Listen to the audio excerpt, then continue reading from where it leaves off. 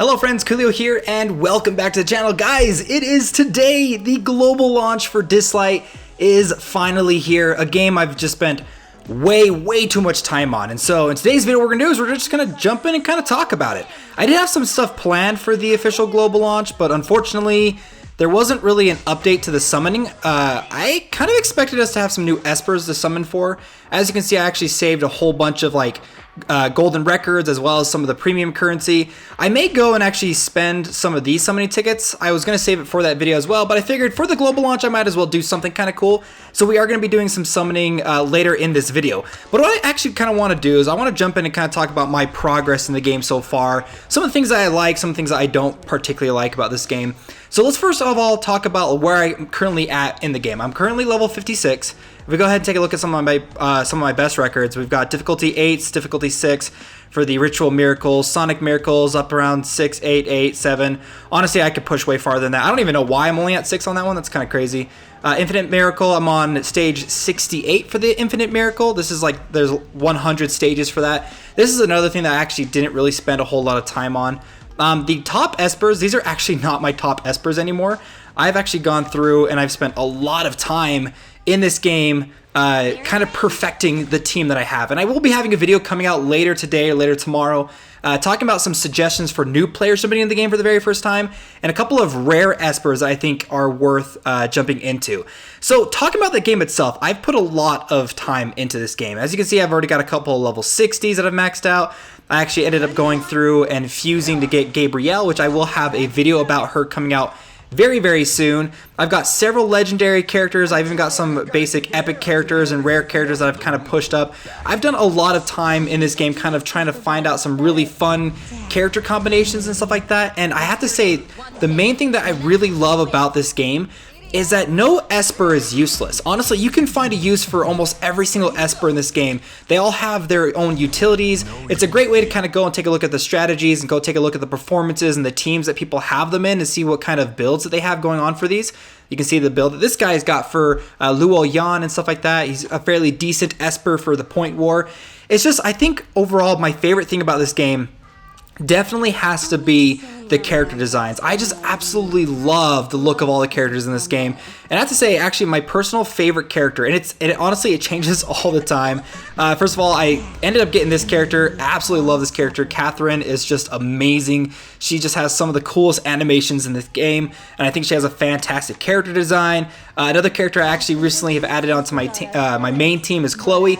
Chloe's a very interesting character. She's a very risk versus reward type character build, but she can deal such an insane amount of damage if you actually use her correctly. She's just an absolute ton of fun. Another one of my favorite characters in the game so far, actually I'd probably say my favorite character of almost any gacha game I've ever used has got to be Clara. She's just, oh my gosh, I love her. I love her abilities. She is just ridiculously OP in PvP, actually basically in any stage. If we go take a look at the performances that people have for her, triple S tier in Arena SS and Ritual Miracle SS and Ritual Miracle, she is just an absolute beast. And so honestly, hands down, S tier for this game for some amazing character designs, as well as just every character of the game having some kind of usefulness. Mona here, Mona is she's my practice stage grinder. If I need to level up a character and like really max them out as quickly and efficiently as possible, I use Mona. Her abilities are like designed to help you get through these practice stages. And I will be coming out with a video later too to kind of teach you guys how to go through the practice stages and get the most out of it for your character. So let's go ahead, we're just gonna jump in and do some battles. I'll let the game kind of play a little bit. I've also dived into the PvP aspect. I've spent time doing fusions. As you can tell, I have Gabrielle on my team right now. Gabrielle is just, she's an esper that I feel like there's a couple of other espers in the game, and I will have a video, like I said, coming out very soon where I'm going to talk about some basic rare, and I'll have another one for epic espers that I think are worth maxing out. But the thing with Gabrielle, she is basically going to make all of those other ones in that video like obsolete. If you have Gabrielle on your team, she basically takes over the role of any support that you have, like any buff support that you have. And I'll have a video specifically dedicated for her in just a little bit. I'm working on currently maxing her out right now. KO, taking down that stage, and then we'll get some experience points. She's at level 58. I don't, oh man, oh yeah, so I do have the thing, no, I don't have it. I don't have the boost currently turned on, or else this would push up to 10,000. And I will have a video kind of talking about that in just a little bit. I'm pretty sure I don't have it yet. Oh, I do have it, Esper XP boost plus 100%. Did they nerf it? I feel like they might have nerfed it. That's super weird. I'll have to kind of go through and do another video on that, because I'm pretty sure it's supposed to push it up to like 10,000 or something like that. Using this one right here, the XP booster, doubles XP for 24 hours. That was weird. I'll have to do like an updated video in just a little bit. I do want to kind of talk about some of the stuff that I don't personally like, but at the same time, it's not that big of a deal. When I was going through and doing the War Room fusions to get Gabrielle, it takes a lot of time and a lot of energy to go through, because you have to fuse Fabrice or Fabrice, however you say his name, and then use him to then fuse Gabrielle. And if you don't have, I think it's, what's her name? Bernice. If you don't have Bernice, it's gonna be a while for you before you even do any of this. She's the starter for all of this. The thing is, though, is Bernice, she's a great character. I've seen her do very, very well in PvP. Fabrice, however you say his name, he's also a really fantastic character and does some crazy builds. But building up to Gabrielle, she is just, she's fantastic. She's definitely worth it. Like, if you're going to go through and you're going to fuse for her, she's definitely worth the time. But it just takes a lot of energy and a lot of time to actually fuse her. It's, you know, this is a mobile game. A lot of people are going to be sinking in tons and tons of hours into this game. And they need ways and systems in this game to make it so people actually play it, you know, over a long period of time. Another thing I want to talk about that takes a lot of grinding and stuff is going through and maxing out these characters. Like, if you go ahead and take a look at Clara here, one of my absolute favorite characters, one that I've tried to max out as fast as I possibly can. You need duplicates in order to resonate these characters, which is going to give them boosts to all of their different stats. Now, you don't need to resonate them. It is somewhat of a small boost. Honestly, like, if you go through and you max out a lot of their relics, you can kind of overcome that kind of negativity towards like having, not having them resonated all the way. But the thing is the Ascensions. Oh my gosh. Getting the Ascension Phase 5 and Ascension Phase 6 is key. Like, there are certain Espers in this game that you absolutely have to get to Phase 6 if you want them to do their best. And it takes a very, very long time to grind these out and a lot of energy. Honestly, I could probably, if I spent all day tomorrow, I could max out Clara if her stage was available. But it's just literally all day, you guys. It takes all day. To give you guys an example of what I mean by that, let's go ahead and take Jean here. I really, really like Jean. I'm going to be talking about her in a future video. But she is a fantastic stun character. She does a lot of stun. So she attacks 3 random enemies with an 85% chance of inflicting stun. Dispels all buffs, inflicts stun. She's inflicting stuns all over the place. She needs high accuracy if you're going to do that. So right now I don't have her built out right now. I did have her built out and working on other stuff, but you definitely want high accuracy for this character. So in order to get the high accuracy, because the higher your accuracy, the better chance you have of actually applying debuffs to the enemy, you need to absolutely ascend her to stage 6, because at stage 6 she gets a plus 20% boost to her accuracy. That's where she begins to shine. You absolutely have to get this character to phase 6 in order for her to basically be useful at all in this game. And it took me a very, very long time to max her out. But she's definitely worth it. And I will be talking about her. I'll be talking about Barden in the future. And I'll be giving kind of some tips and stuff on how to actually build these characters. And again, like, there's so many different types of builds that you can do in this game. Let's go ahead and take a look at Mona real quick, okay? So Mona right now, I've actually got just a very basic build set on her. So attack plus 30% and then crit rate plus 20%. The thing is though, okay, if we go ahead and take a look at her ultimate ability, is damage from this attack is increased by 30% upon a critical hit, okay? Now, I went through and I did some testing. I was like, okay, I'm going to build her specifically with a high crit rate, okay? So she's got plus 90%, a 100% crit rate right here, okay? So plus 100% crit rate, and I actually decreased her overall attack. I wanted to see if I could deal more damage with high crit rate than I would if I were to go for attack. I believe it's this one, yeah. Crit rate plus 36%. So this is one of the things I ended up swapping, and I found out that she actually does end up doing more damage if you have a higher crit rate percentage than focus solely on her attack.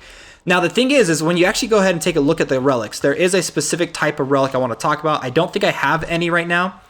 Is it the Hammer of Thor? Yeah, so the Hammer of Thor relic set has crit damage plus 40%. I honestly think that if I built her using the Hammer of Thor set, she would be doing an insane amount of damage. Like that plus 40% crit damage on top of the already plus 30% crit damage that she gets from her ultimate.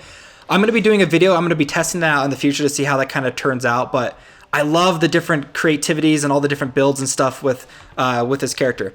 Another character I kind of want to talk about that kind of shows a really good way on how the build diversities and all the different kind of espers and all their different styles of gameplay play out is a character I still don't have, but that's Hyde. Hades or Hyde. He is such an interesting character because of his passive ability. Hyde is immune to buffs and debuffs, which is freaking insane, okay? Like, absolutely crazy. And takes 10% reduced damage from all sources, regardless what it is. Even if it's true damage, he takes 10% reduced damage. Now, if like true damage specifically goes through armor, this is set up right there to mitigate true damage. Now, he gets a Breath of the Deep buff on him, stack per attempt to buff or debuff Hyde, okay? Grants 10 Breath of the Deep stacks upon the death of an ally. So I've actually seen people in PvP set up their entire team to die as fast as possible just to buff Hyde, and I've actually had a couple of instances where I've legitimately lost using a fairly decent team against somebody that was doing that. It was so frustrating. Okay, I actually do want to jump into some PvP and see if we can't show you guys something kind of fun. I think this one should be a fairly challenging one. Am I going to beat this team? Yes, absolutely. I'm going to beat this team. Hands down. I'm going to defeat this team fairly easily. I'm actually going to turn on auto combat for this as well. But I've actually gone through multiple different stages of my overall team to kind of set up the kind of strategy that I like. And the thing is speed is absolutely king in this game. If you're going into PvP, speed is key. So here we go. Attack buffs up, and then Mona's going to go next, and she might actually wipe out the entire enemy team. Oh, no. Okay. So we have... Okay, I think this is probably going to wipe out the entire enemy team right here. Yep. KO. Right there. That's how my team's all set up. It's freaking nuts. I have... The way it's all set up, it just works out so good. And honestly, I've just been having so much fun with this game, guys. I absolutely love this game, and I will be going through and doing a lot more videos. I had to take a little bit of a break over the last week. I was spending a lot of time jumping in and playing this game. I'm going to keep an eye out right now because with this global launch, there are a couple of different events going on. Nothing, honestly, I think really of noteworthy, mainly just for new players like pre-registration rewards, rookie boosts, road to legends, and shopping fiesta, and a couple of daily gifts. Nothing else really of noteworthy.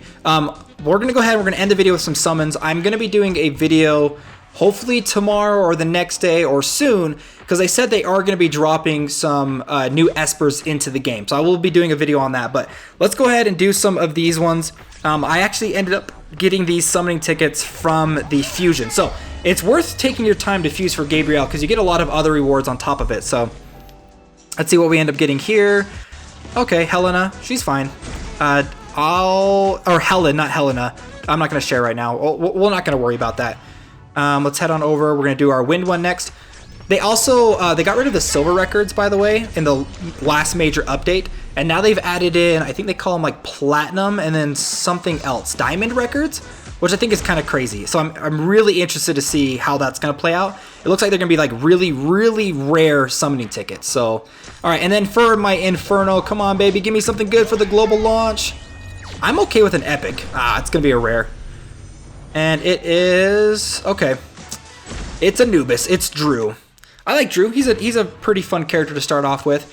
But there you guys go. DISLYTE. I've talked about it. I rambled on about it. I've had a lot of fun. And honestly, it's pretty free-to-play friendly. All the gems that you see up here, the 9,621, I did end up spending, I think, like $5 on the...